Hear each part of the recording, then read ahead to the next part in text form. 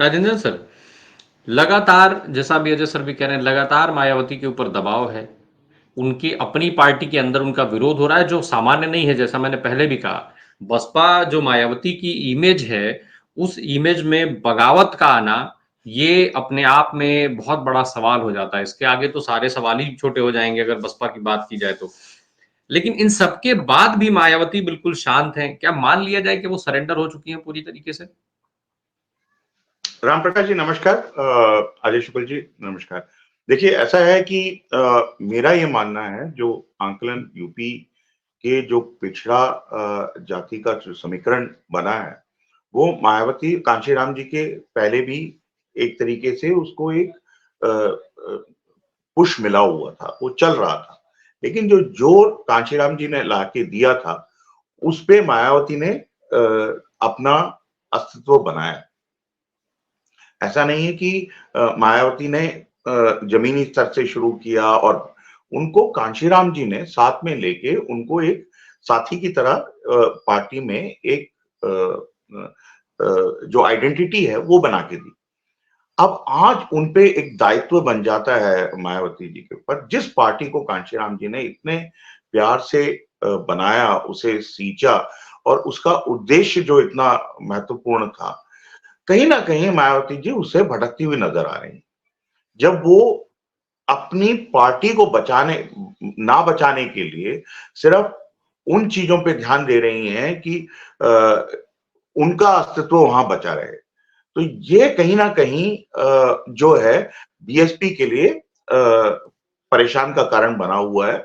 उसी के कारण आप देख रहे हैं जो वहां पे कार्यकर्ता हैं या जो छोटे नेता हैं, जो इतने वर्षों से बीएसपी में सेवा कर रहे हैं और लोगों के साथ जुड़े हुए हैं, उनमें कहीं ना कहीं इस बात का दुख है और आक्रोश भी है कि आप निर्णय लीजिए कि आप या तो कांग्रेस में जाएं, इंडिया गठबंधन में जाएं या बीजेपी को। देखिए होता क्या है कि राम प्रकाश जी, ये लोग जो समाज के कार्य में लगे हुए हैं, इनको भी जरूरी होता है कि लोगों के पास वापस जाके जो जो वायदे किए हैं या जो उम्मीदें हैं उसको पूरा करने के लिए इनको भी कुछ ना कुछ औहदा चाहिए होता है और कहीं ना कहीं कुछ ना कुछ दिखाने के लिए होता है, क्योंकि अगली बार जाएंगे तो जो उनका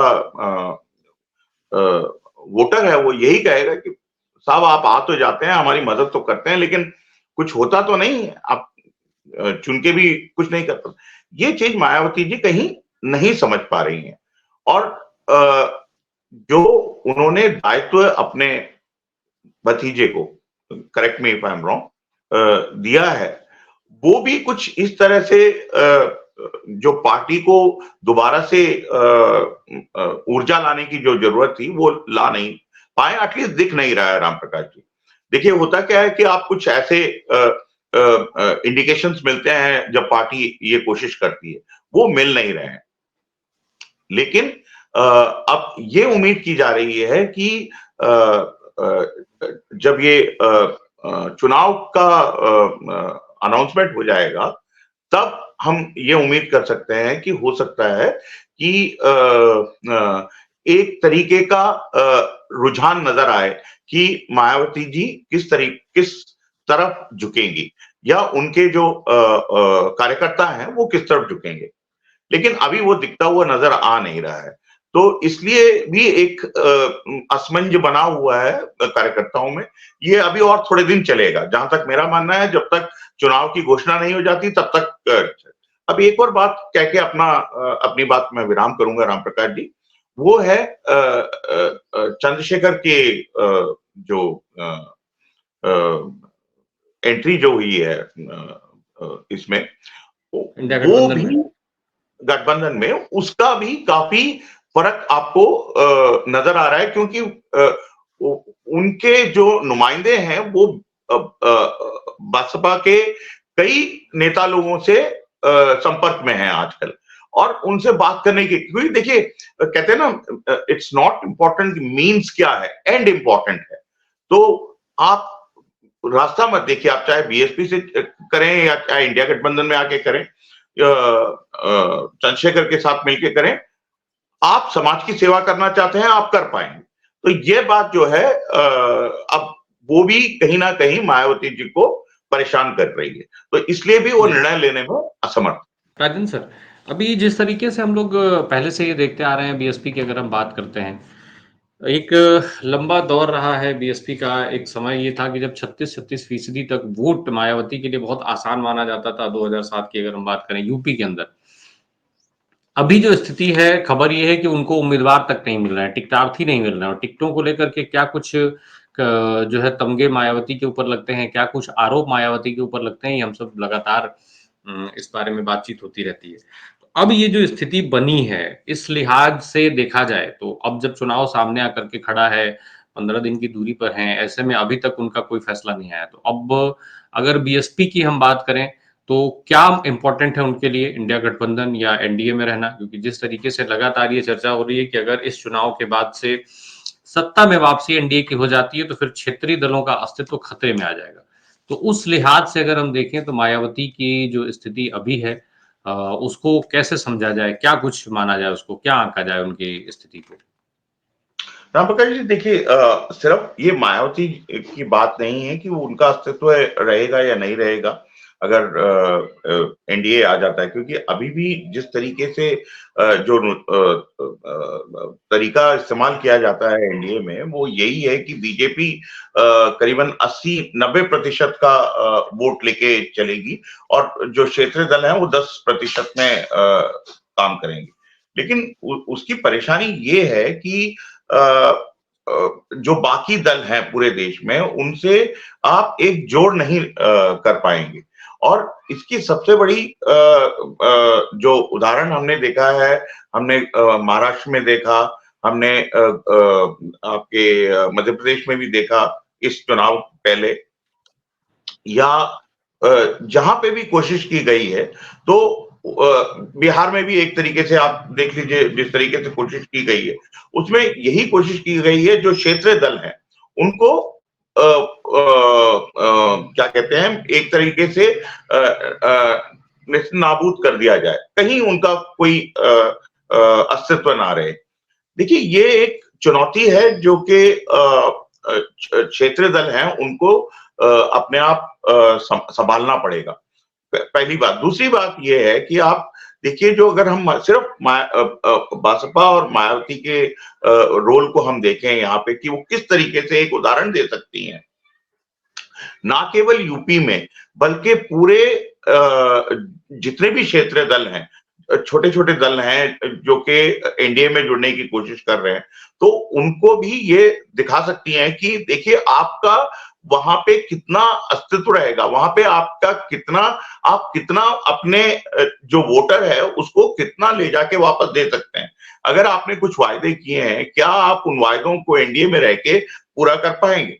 क्या इंडिया गठबंधन में रह के पूरा कर पाएंगे? क्योंकि ये सवाल वोटर आपसे जरूर पूछेगा कि भाई, आप अगर इंडिया गठबंधन में चले जाते हो तो क्या हमारी जो मांगे हैं, हमारी जो जरूरतें हैं, वो पूरी हो पाएंगी?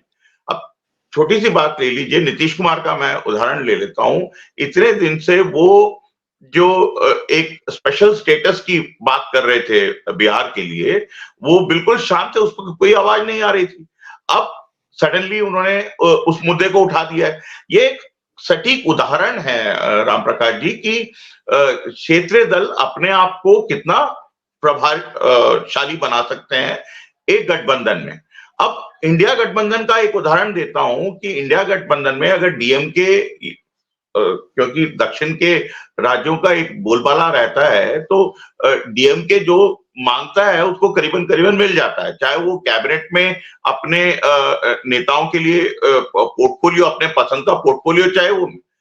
तो ये बात मायावती जब तक नहीं समझेंगी कि चाहे मेरा वोट परसेंटेज से ही मैं इंडिया गठबंधन में जाके अगर मैं अपने नेताओं के लिए एक या दो, कुछ नहीं तो मिनिस्टर ऑफ स्टेट का पोस्ट भी ले लेती हूं, तो वो भी ना तो पार्टी को मदद करेंगे बल्कि अपने क्षेत्र को भी वापस सुदृढ़ करने में मदद कर सकते हैं। और यह बहुत जरूरी है रामप्रकाश जी, अगर किसी पार्टी को आपको बचाना है।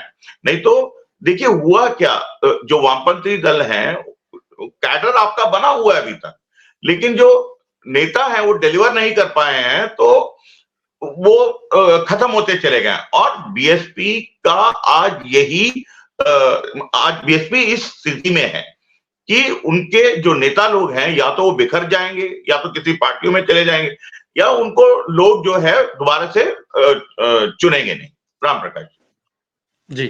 अभी हम लोग जब लगातार ये देख रहे हैं जिस तरीके से अभी रितेश पांडे ने छोड़ा, अब 5 सांसद लगभग पहले से बीएसपी का साथ छोड़ चुके हैं, 10 उनके पास कुल थे ही, जिसमें रितेश पांडे अभी छोड़ करके गए हैं, दानिश अली को पहले ही निकाल चुके हैं, ये कहते हुए कि भाई वो जो है पार्टी विरोधी गतिविधि थी, उनके साथ जो व्यवहार हुआ उस पर वो शांत रहीं।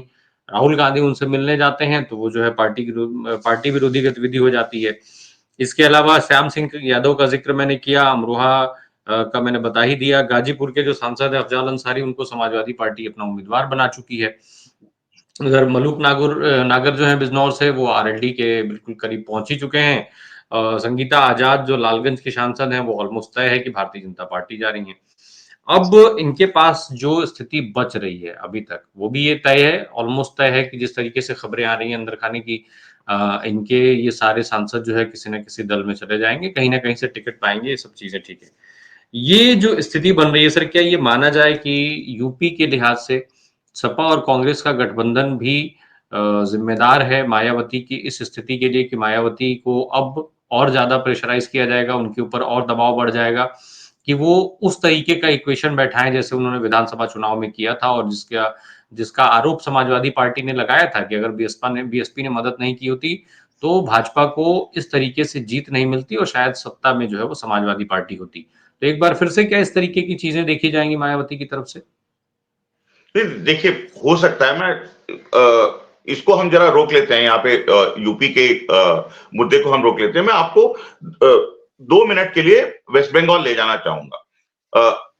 पश्चिम बंगाल में अगर आप स्थिति देखें, वहां पे देखिए जो ममता बनर्जी हैं, उन्होंने अपना एक अस्तित्व बना रखा है, और वो ये जानती हैं कि अगर बीजेपी को पश्चिम बंगाल से बाहर रखना है, कि उन्हें ना अपोजिशन में आने दिया जाए या इस स्थिति में आने दिया जाए कि वो खरीद फरोख्त कर सकें, तो उसके लिए उनको कांग्रेस और वामपंथी दलों के साथ कहीं ना कहीं कुछ तरीके का तालमेल करना पड़ेगा। अब तालमेल क्या बन रहा है? तालमेल ये बन रहा है कि अच्छा ठीक है, टीएमसी के अगर उम्मीदवार ज्यादा चुन के आते हैं, सरकार तो हमारी बनेगी, लेकिन आप जो है विपक्ष का जो स्थान है उसको बीजेपी को मत दीजिए, वो स्थान आप रखिए। तो आपके जो विधायक वहां पे आते हैं या जो आपके एमपी आते हैं, उनको जो मदद चाहिए होगी वो सरकार करेगी। देखिए, ये समीकरण जो है वेस्ट बंगाल में बनता हुआ नजर आ रहा है, और इसको आप कई विशेषज्ञों से बात करेंगे तो कह रहे हैं कि यही एक तरीका है जिस तरीके से बीजेपी को बाहर रखा जा सकता है। और यही चीज मायावती को जो इस 2024 के जो चुनाव होंगे या जो आपके असेंबली इलेक्शन होंगे, उसमें इस चीज को समझना पड़ेगा। अगर तो वो बीजेपी को बाहर रखना चाहती हैं तो एक ही तरीका है, आपको सपा के साथ और कांग्रेस के साथ किसी तरीके का एक समझौता करना पड़ेगा कि ठीक है, आप सरकार बनाते हैं, हमें ऑपोजिशन का स्थान दे दीजिए वहां पे। और ऐसा भी हो सकता है कि आप हमारे जो क्षेत्र के जो जरूरतें हैं उन पे ध्यान रखिए। देखिए, आखिर में बात वहीं पे आके रुक जाती है, वोट जनता ने करना है। अगर वोट आपका चाहे बीएसपी का लीडर हो या चाहे कांग्रेस का लीडर हो या चाहे सपा का लीडर हो, लेकिन अगर काम हो रहा है तो लोग फिर से चुनेंगे।